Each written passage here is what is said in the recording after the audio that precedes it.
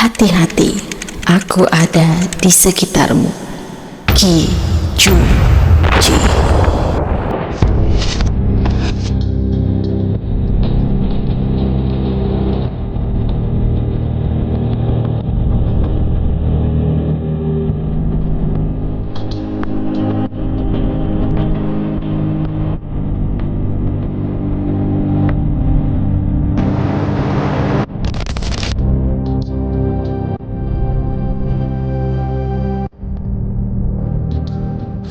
Titik hitam di batang anai. Pertengahan Juni 2025, aliran sungai Batang Anai di Kabupaten Padang Pariaman, Sumatera Barat menjadi saksi bisu sebuah penemuan yang mengguncang daerah itu.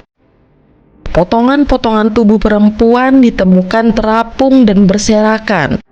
Penemuan itu memicu gelombang kemarahan, duka, dan pertanyaan tentang keselamatan perempuan di ruang publik maupun private. Polisi setempat bergerak cepat. Identifikasi awal mengarah pada satu nama yang kemudian menjadi pusat perhatian publik. Dalam beberapa hari penyelidikan, pengungkapan fakta semakin mengerikan.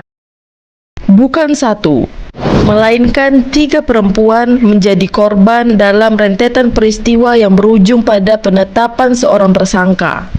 Polisi menetapkan Satria Juhanda alias Wanda, 25 tahun sebagai tersangka. Ia diamankan setelah petugas menemukan cukup barang bukti dan keterangan yang mengaitkannya dengan temuan di sungai serta lokasi-lokasi pembuangan jenazah. Dalam pemeriksaan, tersangka diduga memberikan pengakuan terkait keterlibatan dalam 3 pembunuhan tersebut.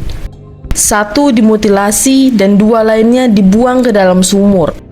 Keterangan awal yang didapat oleh polisi menyebut motif yang bervariasi. Untuk kasus korban yang ditemukan termutilasi, disebut ada masalah utang piutang. Untuk 2 korban lain, media melaporkan adanya unsur kecemburuan atau persoalan relasi pribadi. Penyidik masih merinci motif guna memastikan apakah motif tersebut murni personal atau sebagian dari pola kekerasan gender yang lebih dalam. Kronologis peristiwa. Kasus bermula pada 17 Juni 2025 ketika korban Septia Adinda mendatangi rumah tersangka untuk meminjam BPKB. Karena korban masih memiliki hutang, tersangka menolak. Cekcok pun terjadi hingga korban menampar pelaku. Merasa tersinggung, tersangka kemudian memukul kepala korban sebanyak 3 kali. Korban disekap pada mulut dan hidung hingga meninggal dunia. Tidak berhenti di situ, pelaku mengambil parang dari gudang, memutilasi tubuh korban, lalu membuang potongan tubuh ke sungai Batang Anai dengan menggunakan karung. Dari hasil pengembangan kasus, tersangka juga mengakui pernah membunuh Siska Ottavia Rusdi dan Ade Agustina sekitar 1,5 tahun sebelumnya. Kedua korban dibunuh dengan cara disekap, menggunakan bantal, dan dipukul dengan tongkat. Jasad mereka kemudian dibuang ke dalam sumur di rumah tersangka. Polisi bekerja sama dengan tim forensik memastikan identitas korban melalui tes DNA dan autopsi.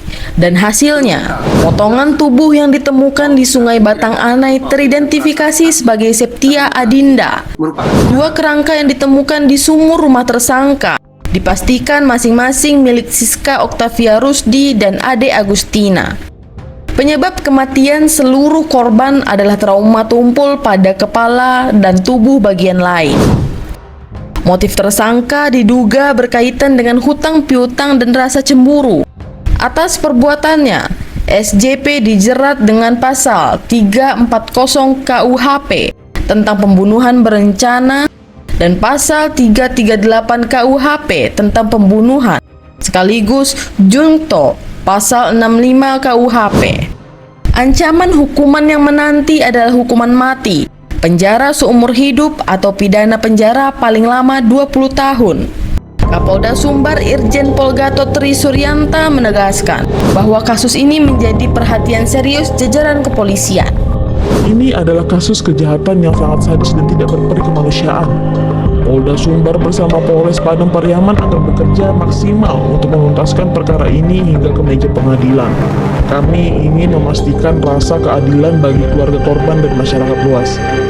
Tegasnya, Kapolres Padang Pariaman AKBP Faisal Amir menyampaikan pihaknya telah melakukan olah TKP, memeriksa 18 saksi, melakukan tes DNA dan autopsi, serta menyita sejumlah barang bukti.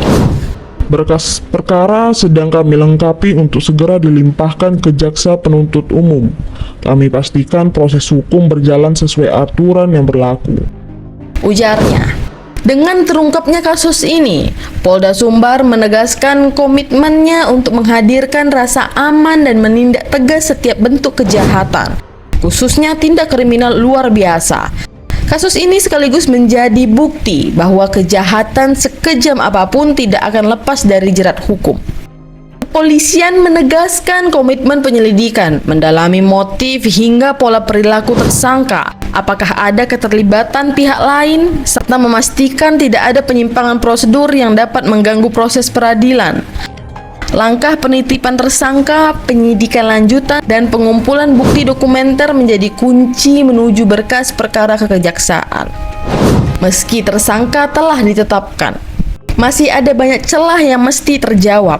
Apakah benar motif sepenuhnya personal? Adakah pihak lain yang terkait?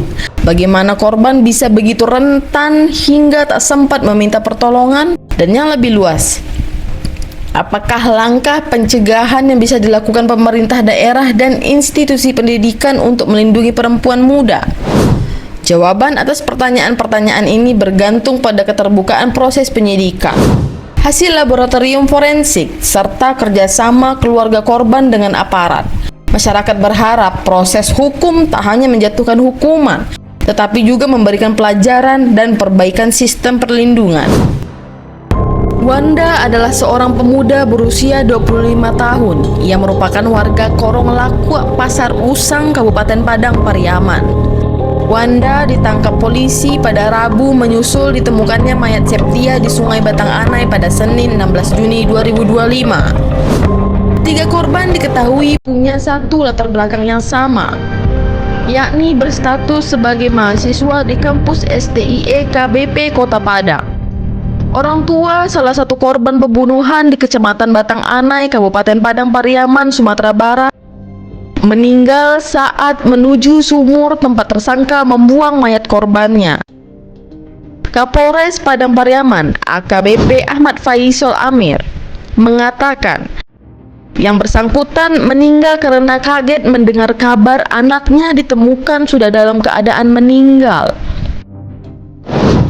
Menurut laporan Antara, SO pingsan ketika Rabu malam menuju lokasi sumur ditemukannya diduga anaknya, lalu kemudian meninggal pada Kamis pagi.